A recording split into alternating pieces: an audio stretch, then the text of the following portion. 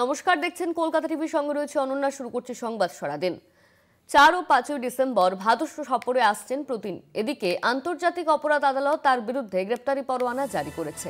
ভারত কি পুতিনের গ্রেপ্তার হওয়ার সম্ভাবনা আছে? ভারতে কি পুতিনের গ্রেপ্তার হওয়ার সম্ভাবনা রয়েছে? কোন রুটে ভারতে আসবেন পুতিন? আসার পথে কি গ্রেপ্তার হতে পারেন? এই নিয়ে আমরা বিস্তারিত কথা বলবো। আমাদের সঙ্গে নিউজরুম থেকে সরাসরি রয়েছেন কলকাতা টিভির পলিটিক্যাল এডিটর আশিস চট্টোপাধ্যায়। আশিস দা, 4 ও 5 তারিখের মধ্যে পুতিন ভারতে আসছে। অন্যদিকে পুতিনের গ্রেপ্তারির পরোয়ানা জারি করা হয়েছে। ভারতে এসে কি কোনোভাবে পুতিনের গ্রেপ্তারি হওয়ার সম্ভাবনা রয়েছে?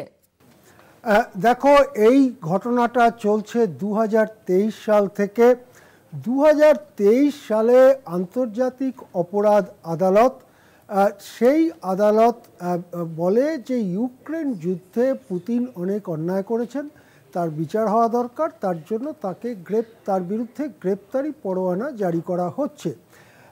যদিও সেই সময় রাশিয়া বলেছিল আমরা এই আন্তর্জাতিক অপরাধ আদালতের অংশীদারও নই, ইউক্রেনও এই আন্তর্জাতিক আদালতের স্বাক্ষরকারী নয় এবং এর কোনো মূল্য রাশিয়ার কাছে নেই। কিন্তু অন্য অনেকগুলো দেশ, প্রায় 122টা দেশ এই আন্তর্জাতিক অপরাধ আদালতের অংশীদার। সুতরাং পুতিনের তখন মাথায় এই চিন্তা ঢুকেছিল যে পুতিন যদি এমন কোনো দেশে যান যে দেশ ওই আন্তর্জাতিক অপরাধ আদালতের অংশীদার বা তাতে স্বাক্ষরকারী, তাহলে তাকে গ্রেপ্তার করে নিতে পারে সেই দেশ। এই জন্য এর আগে দেখা গেছে গত 2 বছর বা তার কিছু বেশি সময় ধরে পুতিন বিদেশ সফরের ব্যাপারে অত্যন্ত সতর্ক।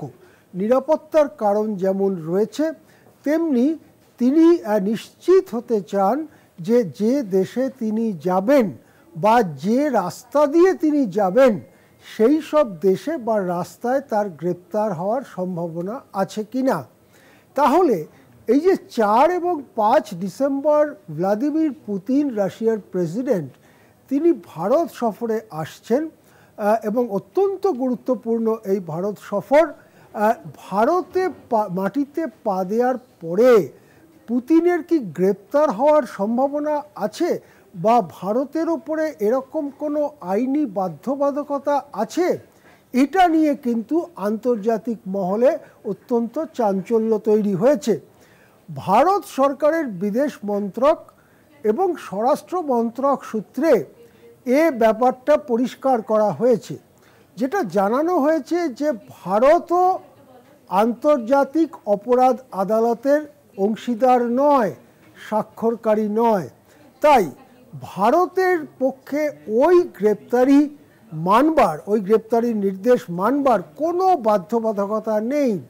দ্বিতীয়ত, আনুষ্ঠানিকভাবে ভারত ভ্লাদিমির পুতিনকে আমন্ত্রণ জানিয়েছে। সুতরাং এমন কাউকে কি কোনো দেশ আমন্ত্রণ জানাতে পারে যাকে গ্রেপ্তারের উদ্দেশ্য রয়েছে? সুতরাং এটা সমস্তই একটা অপপ্রচার। ভারতে পুতিনের গ্রেপ্তারির কোনো সম্ভাবনা নেই, এটা নয়াদিল্লির বিভিন্ন সূত্র থেকে ইতিমধ্যেই পরিষ্কার করা হয়েছে। এখন প্রশ্ন হচ্ছে, রাশিয়ার থেকে তিনি যে ভারতে আসবেন, বিমানে আসবেন, তার পথে কি এমন কোনো দেশের আকাশসীমা তাকে পার হতে হবে যে দেশের এক সম্ভাবনা রয়েছে তাকে আটকে তাকে গ্রেপ্তার করার? এই সম্ভাবনা একেবারে উড়িয়ে দেওয়া যায় না। সেই জন্যে যেটা আমি আগেই বললাম যে 2023 সালে আন্তর্জাতিক অপরাধ আদালতের ওই ঘোষণার পরেই পুতিন বিদেশ সফরের ব্যাপারে খুবই সতর্ক।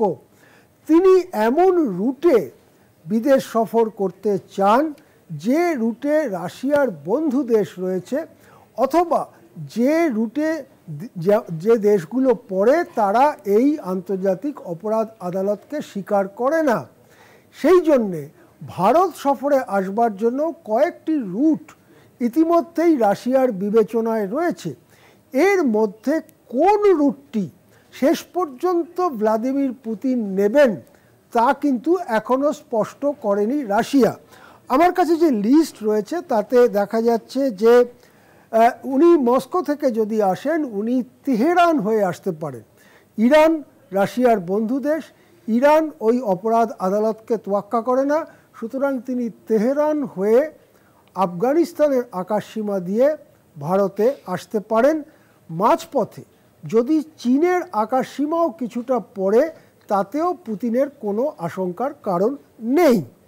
দ্বিতীয় যেটা তিনি আসতে পারেন, যে আজারবাইজানের বাকু থেকে তিনি ভারতে ভ্রমণ করতে পারেন, সেই রুটও তার পক্ষে সম্পূর্ণ নিরাপদ।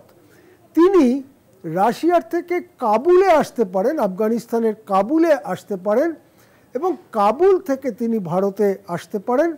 এই রুটও তার পক্ষে সরাসরি আসাতে কোনো অসুবিধে নেই।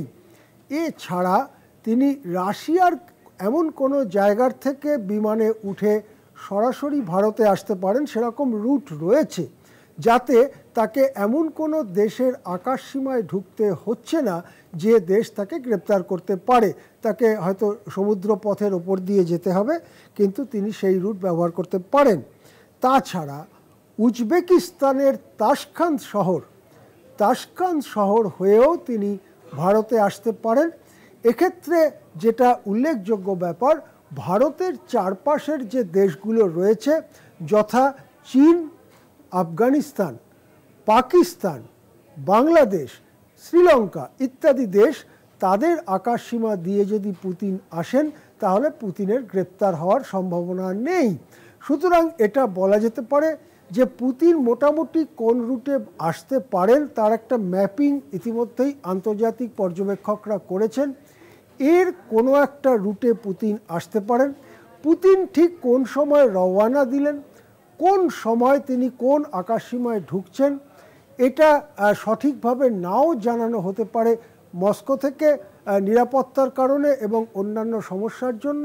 কিন্তু পুতিনের ভারত সফর উপলক্ষে তার গ্রেপ্তারির সম্ভাবনা শূন্য, এটাই স্পষ্ট করা হচ্ছে বিভিন্ন সূত্র থেকে। ধন্যবাদ আশিস দা। আমাদের সঙ্গে সরাসরি নিউজরুম থেকে ছিলেন কলকাতা টিভির পলিটিক্যাল এডিটর আশিস চট্টোপাধ্যায়।